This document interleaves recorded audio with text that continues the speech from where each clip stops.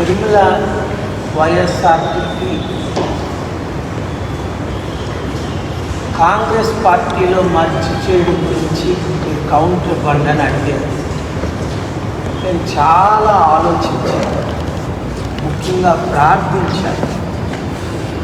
ఒక్కసారి రాజారెడ్డి గారు కొడుకు రాజశేఖర రెడ్డి గారు నాకు బాగా పరిచయాలు కనుక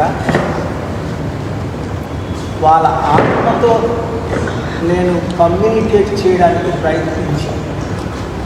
రాజారెడ్డి గారు రాజశేఖర రెడ్డి గారు ఈరోజు బ్రతుకుంటే షర్మిలాని ఏ విధంగా అడ్డుకునేవారు అన్న విషయం నాకు బయలుపడించాను. రాజకీయాలు అంటేనే అతి దరిద్రం, మోస్ట్ కరప్షన్.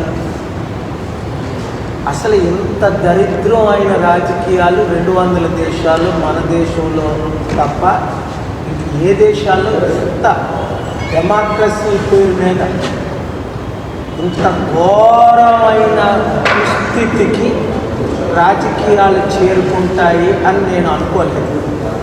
నిన్నట రోజున రాజారెడ్డి గారు రాజశేఖర రెడ్డి గారు ఆత్మ తీవ్రంగా ఘోషిస్తుంది. ముఖ్యంగా వైఎస్ రాజశేఖర రెడ్డి గారు పేరిట షర్మిల పార్టీ పెట్టింది.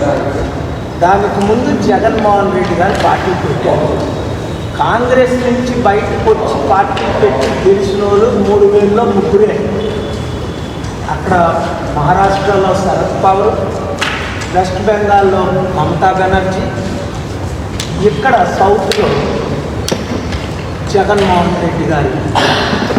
కాంగ్రెస్ ఎంత దుష్ట పార్టీ అంటే ఎవరిని బ్రతకనివ్వదు,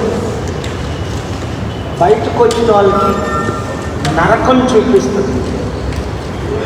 అసలు రాజశేఖర రెడ్డి గారు పాదయాత్ర ద్వారా మన ఆంధ్ర తెలంగాణ రాష్ట్రాలు ఉమ్మడి రాష్ట్రంలో 35 ఎంపీ సీట్లు గెలవడం జరిగిందని అందరికీ తెలుసు 2004లో. అలాంటిది ఆయన బ్రతికుంటుండగే నిత్య నరకం చూపించింది సోనియా గాంధీ.